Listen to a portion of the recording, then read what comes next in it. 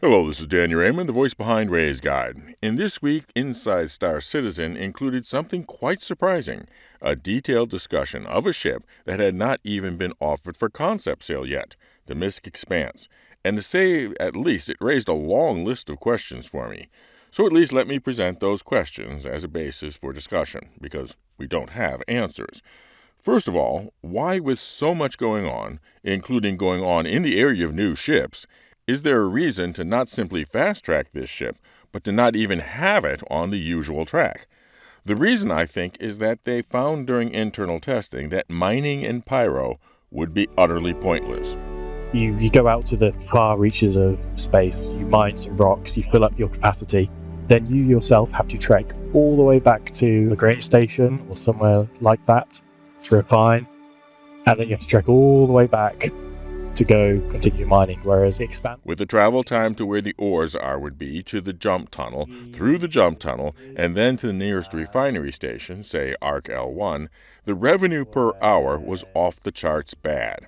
Yet putting a full-bore mining station at the various Lagrange points in Pyro not only didn't suit Pyro, but without protection would be an obvious camp point for marauders, further rendering mining a pointless occupation in Pyro. But with first user refueling with Starfarers and now user refining with the Expanse, those who are expecting Pyro to be some sort of PvP battle royale may instead be seeing that much of the Pyro game model will be either org-based or less formal networks of cross-supporting service providers, miners, refiners, refuelers, haulers, and if you approach it with the attitude of, hey, it's Pyro, I can shoot anybody I want, you might wind up with getting radio silence when, for example, you wind up getting fuel yourself. Or even worse, advertising to those adversaries where you are and that you are vulnerable. In fact, the whole get on chat and ask or offer services, both refueling and refining and freight, is likely, just like the early player-requested combat beacons, quickly devolving into a too obvious piece of bait. The rule 1 for Pyro might well be, know your friends and don't talk to strangers. Now, the fundamental math of refining in Star Citizen has been that you can have fast refining, high-yield refining, or low-cost refining, but never all three. And while the Expanse will make mining feasible in Pyro, one does not want to make that cost-yield-time equation so excellent for Stanton that it would render the choice of taking your ore to a refining station be absurd. Because if it did, why would Stanton have refining stations at all? So let's look at each of these three factors. First, time. As you know, refueling completions, depending on the process at a refinery station, can take from a matter of just a few minutes to well over a day. So CIG has said that user refining processes will be faster, but if it is so many orders of magnitude faster that it changes from hours and days to seconds and minutes, the cost-yield-time equation could potentially be completely derailed in favor of the mobile refinery. However, if the time to complete the mobile refinery is only somewhat shorter, then what sort of watching paint dry gameplay would Expanse refining become?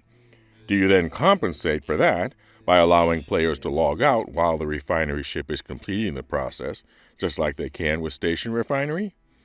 If you do, then you presume that any Expanse owner would have an alt game account for the fun stuff in between logging in as your refinery manager character in your refinery ship. Next is yield, which is the one thing that on the surface does not need to be changed. But it could be the thing that counters the time advantage of mobile refining. Perhaps the reactors on the Expanse could be intrinsically lower yield, even when doing the same processes as a refinery station.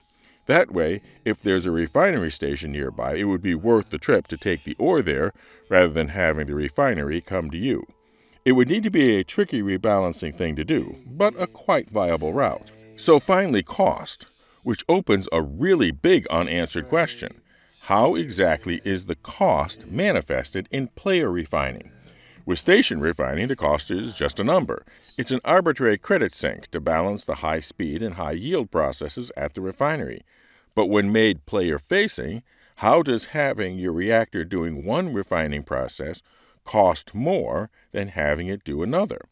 There are 4 possible routes depending on how you interpret CIG's statement in the video. it has what we call reactors on them, and at a very simplistic level, one reactor is one refinery process, and the Expanse has 6 of them on board. So it allows you to potentially do 6 entirely different refinery processes simultaneously, or for maximum output, you can do 6 of all the same type and really sort of improve your bandwidth, so to speak, of refinery. In the video, CIG said that each of the 6 reactors can have one process on it. So one possibility is that the 6 reactors are component slots that are individually filled with purchased reactors for each process, and that filling a reactor slot with a reactor for a less expensive process costs less than a more expensive process reactor. The problem is that unless the reactor has a fixed lifespan, then after being prorated over a great many uses, the extra cost of the more expensive reactor becomes a negligible factor.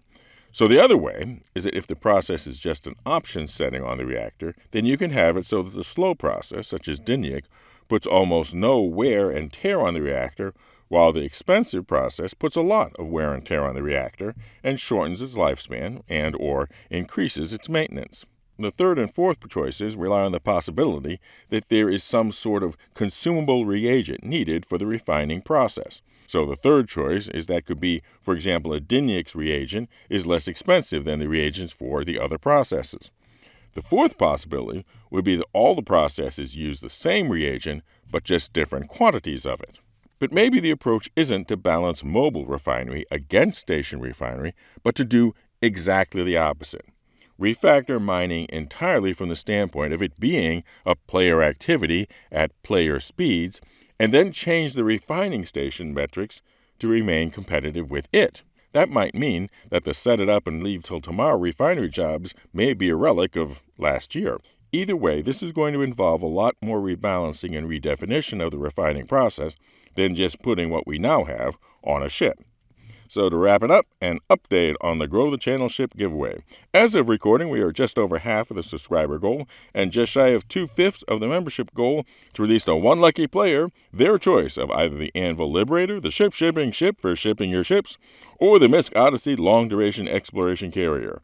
One entry per video. Members, you're entered automatically, and if the winner is a member as of the publication date of the winning video, then they will win both the Liberator and the Odyssey. From non-members, just subscribe and comment somehow, including the secret word.